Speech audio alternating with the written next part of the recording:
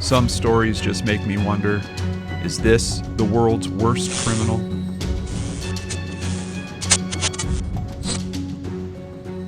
A student wheels a recycling bin down a high school hallway and then outside through a parking lot. Several adults witness the act, but no one seems to question it. What they didn't know was that student was covering up a heinous crime, and it wouldn't be his last. It was October of 2013, and 24-year-old Colleen Ritzer was working her dream job as a teacher at Danvers High School in Massachusetts.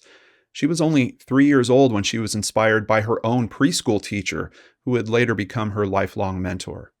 Colleen's expertise was helping high school students learn the wonders of her favorite subject, mathematics.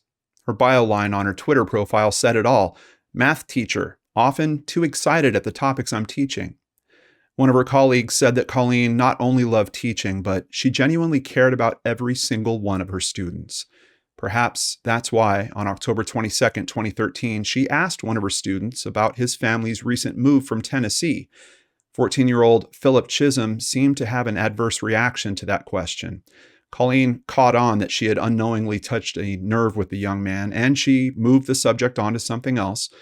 She didn't know that Philip's family had been going through a tumultuous divorce. Colleen would often stay after school to help students that needed extra tutoring. However, when dinner time came around and her parents hadn't heard from her, they became concerned. They tried calling her cell phone, but there was no answer. Colleen's father, Tom, decided to head to the school to look for her. He noticed that her car was still in the parking lot, but she wasn't in her classroom, and none of the other teachers had seen her.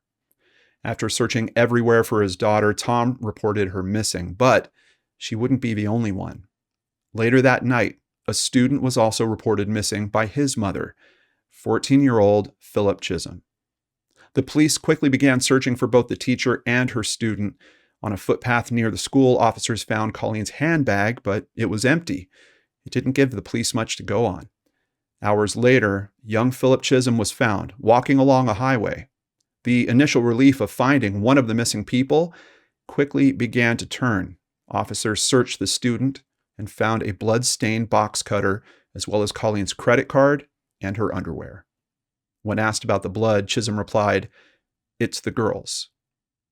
Other police teams were still out searching for Colleen, and a few hours later, they found her body in the woods behind the school. She was partially covered only by leaves. The scene was horrific, with numerous signs of assault, including dozens of stab wounds. Beside her body was a note that read, "I hate you all." Chism's backpack and school ID were also discovered nearby. The investigation revealed a disturbing timeline. Security footage showed Colleen leaving her classroom at 2:54 p.m. and heading to the women's bathroom. Just 1 minute later, Philip Chism was seen following her, but it seemed clear that he had some type of malicious intent. He was covering his face with his hoodie in an effort to disguise himself. For the next 11 minutes, the young student brutally assaulted his teacher in that bathroom. Another student briefly entered the bathroom during the attack, but she thought that someone was changing clothes when she caught a quick view of skin, and not wanting to embarrass them, she quickly left. This momentary interruption seemed to have spooked Chism, who was later seen leaving the bathroom carrying Colleen's clothes. The footage then shows Chism returning to the scene with a recycling bin, which he used to transport Colleen's body out of the school. He was captured on camera wheeling the bin through the hallways, sometimes obscuring his face with a ski mask, and other times not wearing a mask to avoid suspicion as he walked by staff and others that he saw as he exited the building. Unfortunately, the brutality of the young boy's actions didn't end there. After dumping Colleen's body in the woods, Chism assaulted her again. He then used her credit card to buy a ticket to a movie.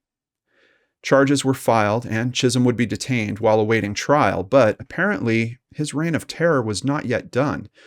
In June of 2014, now at the age of 15, Chism allegedly attacked a 29-year-old clinician at the Massachusetts Department of Youth Services Detention Center. He snuck into a bathroom that was in the staff locker room and then attacked the woman.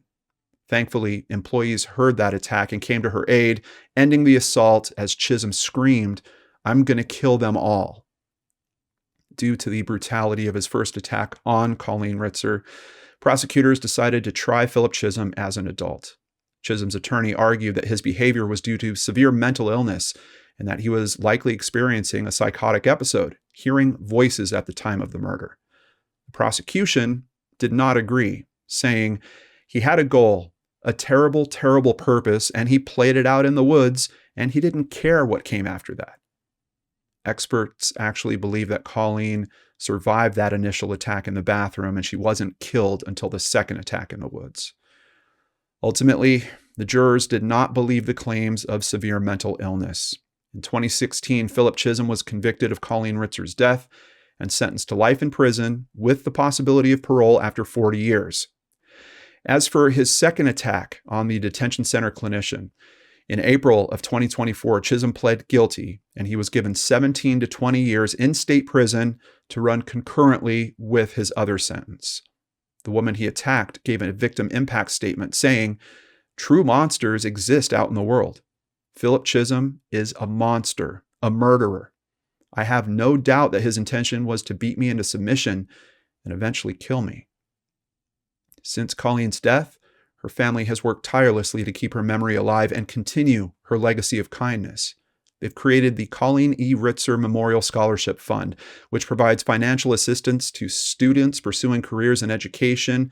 And every year, there's also the annual Step Up for Colleen 5K Run Walk, which draws thousands of participants and raises money for that scholarship fund to continue, while also celebrating Colleen's life. Danvers High School also has their own special way to honor Colleen's memory. Each year in October, the school holds a day of kindness, encouraging students and staff to perform random acts of kindness in Colleen's honor.